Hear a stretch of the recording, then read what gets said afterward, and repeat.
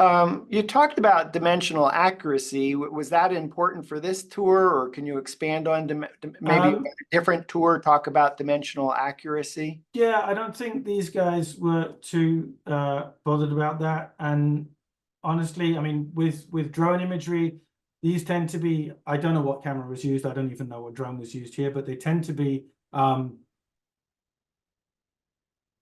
often they're actually the drone taking multiple shots and trying to move around and getting stitched afterwards. And obviously there's a bit of movement when the drone is doing that, particularly if it's windy.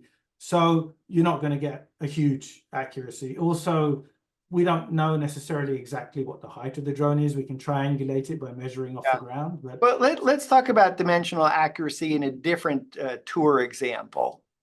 Okay, let me see what I've got. That's a synthetic one.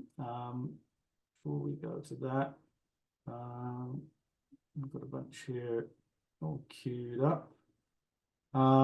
Here's an example of an interior.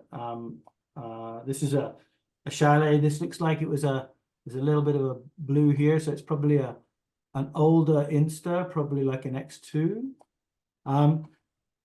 So what we're looking at here is it's a chalet. We can see this a bunch of, it's probably a promotional tour for a chalet.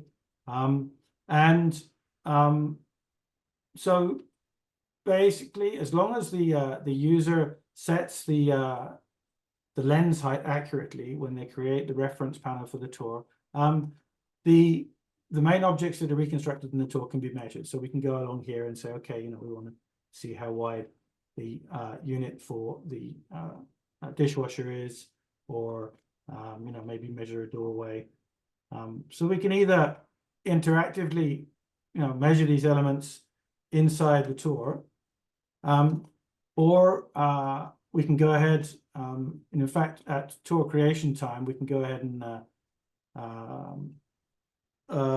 we can actually add multiple dimensions in the tour. So if you want to share a project with a bunch of the dimensions pre-populated in there, you can go ahead and do that. Or in this case, we've just got the tool enabled in the tour. Can you do the measuring in the dollhouse view as well? No, I don't think we can. No. Okay. So we don't have a tool in that. No. So in the dollhouse view, you can look at all the floors together, or just look at one floor at a time? Yeah. So here we've got a floor switcher, so we can basically toggle through the different floors. Go look at one, go look at another one, and put them all together. And it could be any grouping of rooms. In this case, it's set to floors, but it could be zones. It could be whatever. You can do whatever you want. All right. So if we go back in, okay, floor plan view. You want to walk us through the? So yeah, this is what we call the automatic or the interactive floor plan view. Here we've got both floors again, and we can, from the floor plan view, we can just pop back into the tour at any panorama at any point. Could you take us back to the floor plan view again? Sure. I think I felt a little bit confused because you sandwiched two levels in there. Can we take a look at just one level at a time? Sure. Well, so this is the ground floor, and then we can see if I click on the floor switcher, we go to the second floor. So we're just seeing one at a time. Okay. Thank you.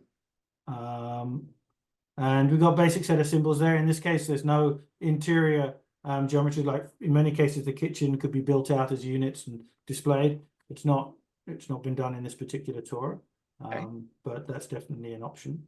Okay, and then you can click on one. What do you call the circles?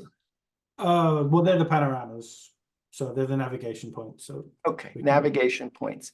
Yeah.